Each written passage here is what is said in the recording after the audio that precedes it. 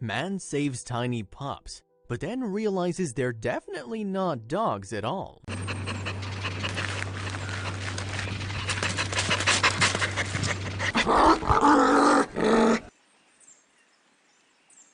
He was cleaning up the neighborhood in a group effort to rid the mess that had accumulated around the community when he finds little black puppies, cold and abandoned in a pile of rubbish.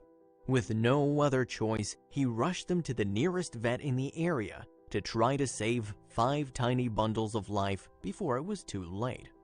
Craig McGettrick was happy to be a part of the neighborhood cleanup in his area. The vicinity had become a dumping ground and would only get worse if something wasn't done about the growing problem soon. It was also just plain gross to look at every day, and he was eager to have beautiful area outside his home again.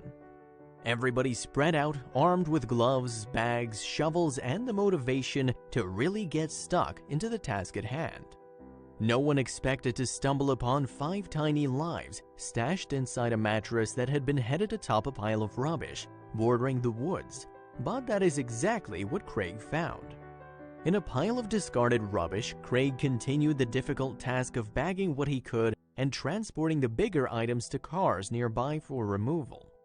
This pile contained an old mattress that began moving and squeaking when Craig pulled it towards himself. He stopped what he was doing and immediately began searching for the source of the noise. He wasn't expecting to find 5 tiny black puppies. There were 2 things running through Craig's mind as he spied the tiny pups with their eyes still shut. One was that people had abandoned the puppies knowing that during the cleanup effort happening today, someone would find them and give them proper care. The other was that a stray mother dog had abandoned them in the heap and moved on. Either way, he was left with no choice. He called to his friend Becky, and together they rushed to find a cardboard box to house the pups on the way to the vet. They lined it with anything soft they could find and found a hot water bottle to add to the makeshift den to keep the babies from catching a chill during transportation. When they got to the vet, things started to get a bit weird. The vet was part of an animal rescue center, and the pups would be cared for until they were able to find them new homes. They needed to be fed every few hours with a bottle and puppy replacement milk for them to grow strong and healthy. Puppies with their eyes still closed are way too young to survive on their own. They'd need a miracle to pull through. Craig and Becky handed the impossibly cute pups over to the capable people at the Liverpool Animal Center. But just before they did that, they snapped some photos to remember them by. They wanted to post these pics on social media and see if they could get a lead as to who dumped them there. Or was there more to this story? Other than a cruel-hearted human owner that threw a litter of unwanted puppies into a rubbish heap, there may be another theory. It crossed Craig's mind. Perhaps, and it was unlikely in this neighborhood, but just perhaps a stray mother dog had given birth in that mattress. What they found out on Facebook wasn't what they expected. Instead of offers of good homes for the pups, people started saying some pretty strange things. When a keen-eyed Facebook user had seen the photos of the adorable puppies on Facebook, she did a double take. She didn't want to cause a stir if she wasn't right, so she carefully checked her information. What immediately stood out were the little creatures' snouts, but there was another telltale sign that these weren't puppies at all. Suddenly, Craig's Facebook post exploded, with people starting to speculate as to what the puppies could be. Hundreds of posts came through in minutes, flooding the post with speculation and doubt. Anything and everything seemed to be fair game in the contest of what baby is it? Some of the suggestions will astonish you. The general public seemed to think that they were not pups at all. In fact, one commenter was completely sure they were something else entirely. There were specific details that led people to believe that the puppies were not puppies. For one was the long noses in the particular picture. Sure, it could be that some dogs have longer snouts, almost like baby raccoons, but there were other strange things too. Another Facebook user noticed that the tails were unlike any puppy he'd ever seen.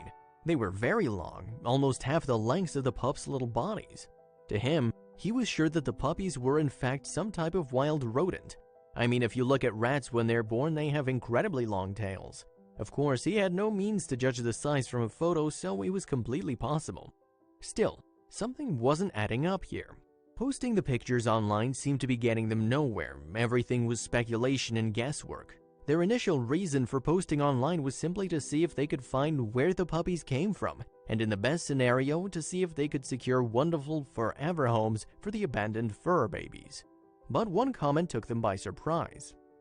The information they received in a direct message was something that sent shockwaves through them. It came directly from a welfare authority, so they knew the information was founded on truth and knowledge. One thing for certain now, they had to get those puppies back from the animal rescue center and take them straight back to where they found them right away. Time may have already been running out. Founder of the National Fox Welfare Authority, Martin Hemington, contacted Becky via Facebook and told her that the pups they'd mistaken for dogs were in fact not dogs at all. They were very young foxes. Obviously, no one was going to claim fox babies, so the only option was to put them back where they were found and hope Mom came back to feed them. There was one problem though. The rubbish pile containing Mom's fox den for her cubs had already been removed as the cleanup continued, and there was no way to put them back where they had once been. The experts would need to be called in. Once again, they were put in contact with the National Fox Welfare Authority, who were happy to help.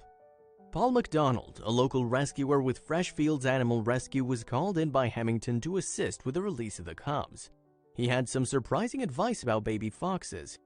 Fox cubs don't initially look like foxes when they're cubs, so it's common for people to mistake them for dog puppies, Paul McDonald, also known as the Foxman, explained. They're brown in color as opposed to the red ginger color of adults. And he explained how it was that they got to be found all alone under a mattress too. Vixens leave their cubs all the time whilst they're in the den, and as they get older they'll begin to explore their surroundings more and more and become less dependent on Mom as they age, McDonald said. Because the pups were newborns, they would have to find their mother. That was the #1 priority, even if it meant not feeding them. It had been a busy day for the 5 tiny canines, and by now they were surely very hungry. There was no puppy milk to feed them, and in this instance, it wasn't actually a bad thing, because McDonald had a clever trick up his sleeve to reunite the mother with the babies again. I didn't give the cubs any milk in order for them to be hungry, so they'd cry out and call for their mom, which they did, McDonald said. I put them around the same place they were found as I knew the mom would be looking for them, and she'd be checking the place where she last had them. It would be a tense waiting game, waiting to see if Mom would return. It was 4 o'clock when McDonald finally got to the kit's den site. The mattress may have been gone, but Mom would have a backup den nearby. So he gently put the cardboard box on the ground and left them just like that, with only a hot water bottle to keep them warm while everyone waiting. A long hour took forever to pass before they finally caught a glimpse of a slinky mother fox coming to investigate the box. She just couldn't stay away from the cries of her hungry babies calling for her. She checked inside and then firmly gripped one cub by its neck and took it away with her, but she didn't come back.